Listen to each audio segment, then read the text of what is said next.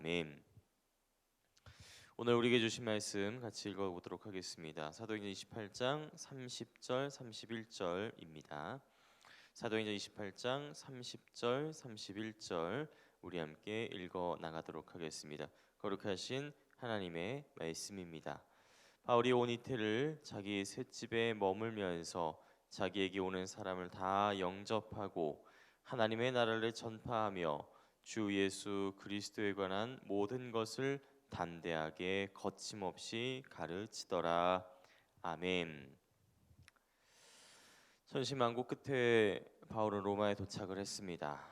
그리고 마침내 로마 황제 앞에 나아갑니다. 거기에서 예수의 복음을 당당하게 선포하였고 로마 황제는 바울이 전한 복음에 감동을 받아 눈물을 흘리면서 무릎을 꿇습니다. 그리고 로마 제국 모든 사람들에게 예수 그리스도를 믿으라, 그리하면 너와 내 집이 구원을 얻으리라 했더니 모두가 다 예수를 믿었고 예루살렘과 온 유대와 사마리아와 땅끝 로마까지 복음이 선포되었다. 그래서 전 세계 모든 사람들이 예수 믿고 구원받고 오래오래 행복하게 살았습니다.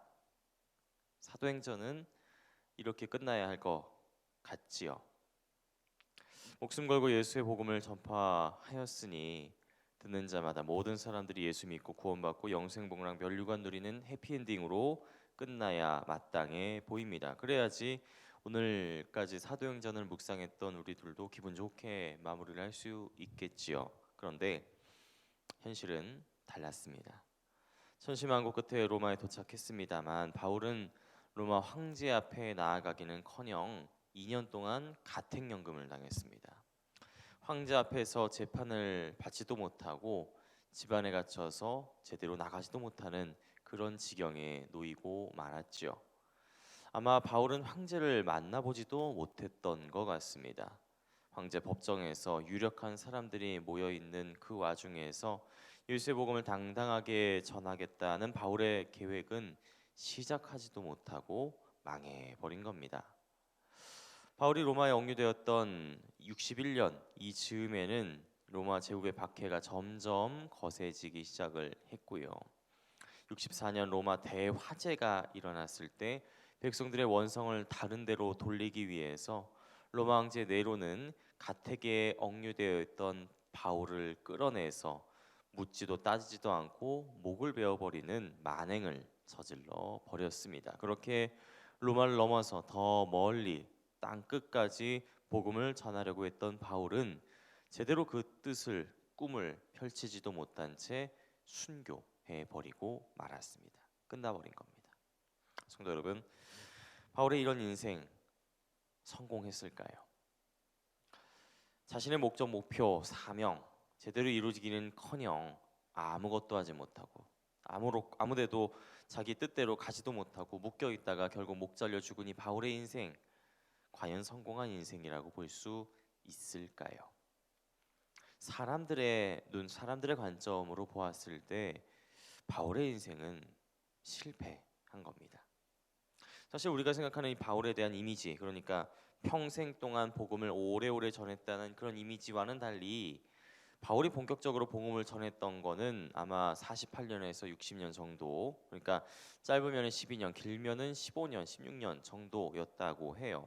제가 목사 안수 받은 게 2008년이니까 올해 횟수로 16년 되거든요. 그러니까 딱 요 정도 사역하고 끝났다는 겁니다.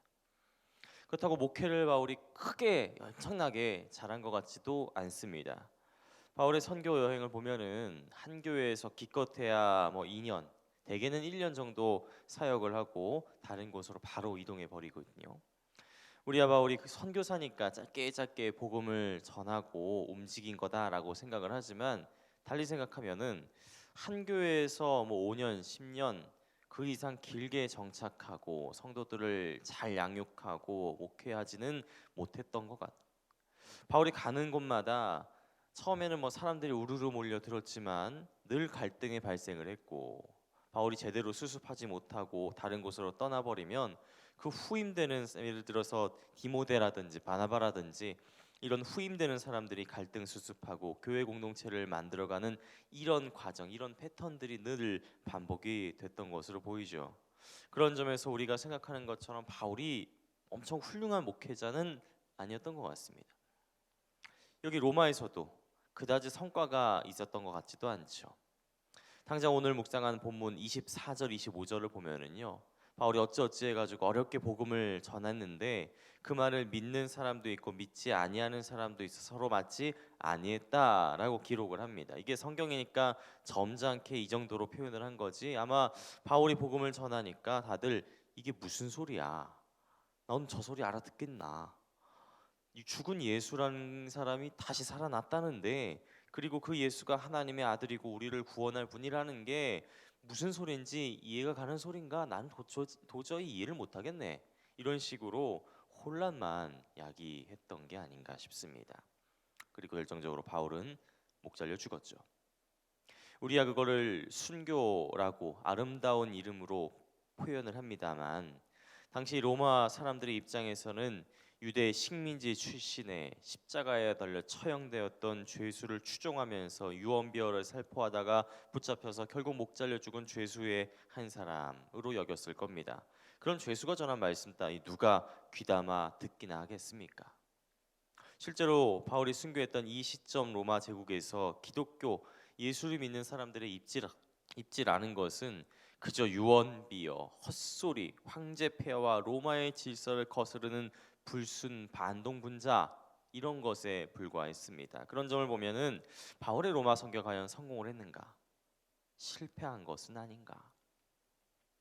본래 다소 사람이고 나면서부터 자동으로 로마 시민권 특권을 가지고 태어난 사람이고 동시에 베냐민 지파의 랍비 가말리아의 제자고 바리새인 중에 바리새인이고 전도 유명한 유대인의 지도자였지만 하루아침에 나사렛 죄인의 추종자, 방랑하는 선동가, 로마 질서를 어지럽히다가 목 잘려 죽은 반란 괴수, 바울의 인생은 실패, 결국엔 실패라고 밖에 할 말이 없는 것 같습니다.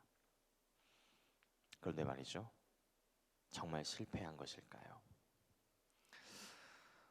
비록 거리로 나가서 자유롭게 복음을 전하고 다닐 수는 없었지만, 그리고 황제 재판정에서 공개적으로 변론할 수도 없었지만, 바울은 찾아오는 사람에게 열심히 복음을 전하려고 했습니다. 물론 로마 시내에 사는 모든 사람에게는 전하지 못했겠지만 찾아오는 모든 사람들에게 열심히 복음을 전했지요.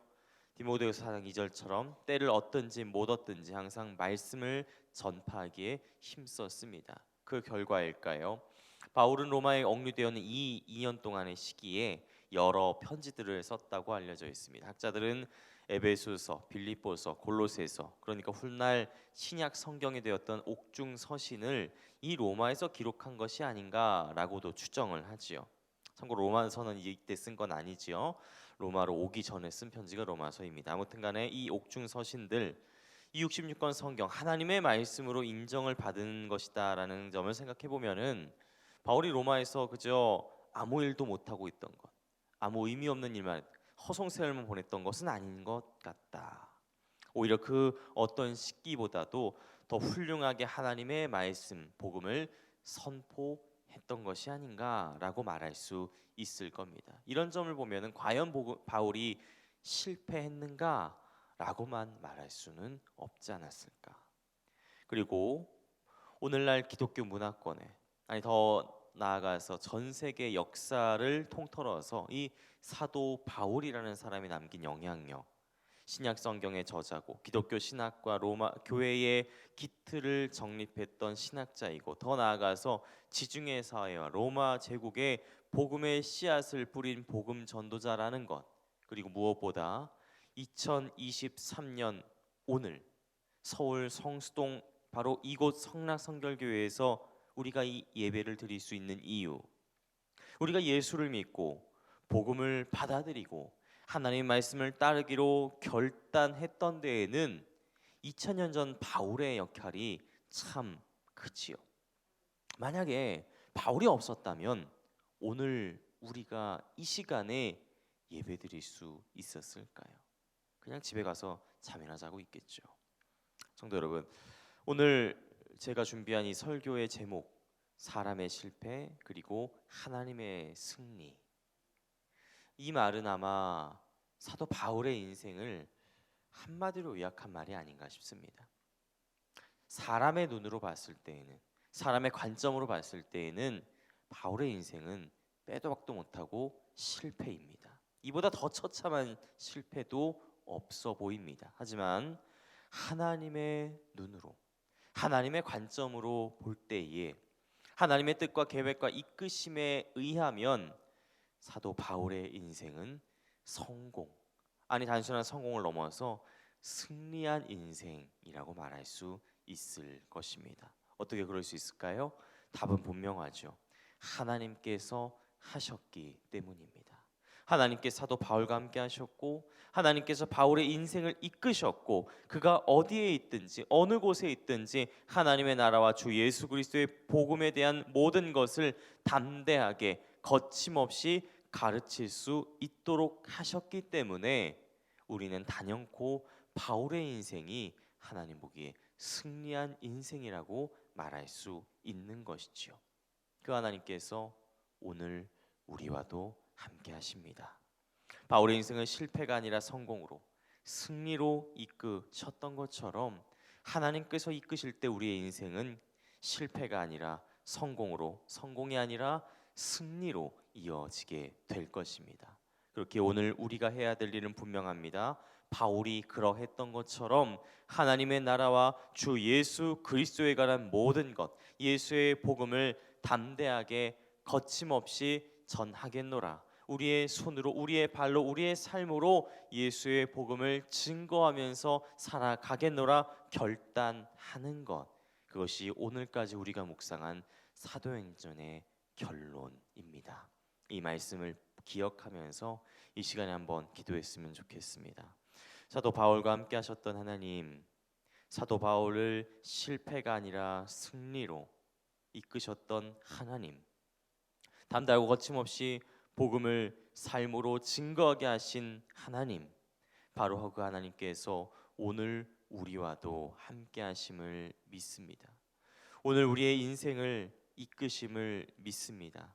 그렇게 우리도 이 아침 담대하고 거침없이 하나님의 나라와 주 예수 그리스도의 복음을 전파하기로, 증거하기로 결단합니다. 오늘 우리의 인생을 실패에서 승리로 이끌어 주옵소서. 감사합니다. 예수 그리스도의 이름으로 기도합니다. 아멘. 이 시간 함께 나눌 기도의 제목입니다. 지금 들은 말씀이 내 삶으로 이어지게 하옵소서. 말씀 묵상의 길입니다. 은혜의 길로 날아가는 2023년 되게 하옵소서. 동네 세미즈 성경 말씀 묵상을 통해서 성경책만이 아니라 우리 삶에도 밑줄을 그으며 살아가게 하옵소서. 권사회 명예권사의 주간 사순절 기도회를 통해 예수 그리스도의 십자가와 부활의 은혜를 경험하게 하옵소서. 지진으로 고통받는 튀르키예와 시리아 국민들에게 은혜와 자비를 베푸시고 연대와 도움의 손길들에 힘입어서 속히 회복하게 하옵소서. 몸과 마음이 아픈 이들, 믿음이 연약하여 흔들린 이들을 붙잡아 주시고 주님의 은혜와 사랑을 늘 경험하고 감사하며 살아가게 하옵소서. 이 시간 함께 나는 공동 기도문과 각자 가지고 나오신 기도의 제목들을 놓고 기도하시면서 삶의 자리로 나아가시기 바랍니다. 기도하겠습니다.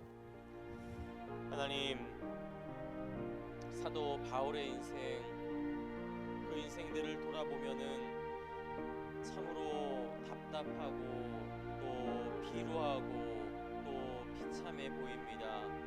아무 뜻도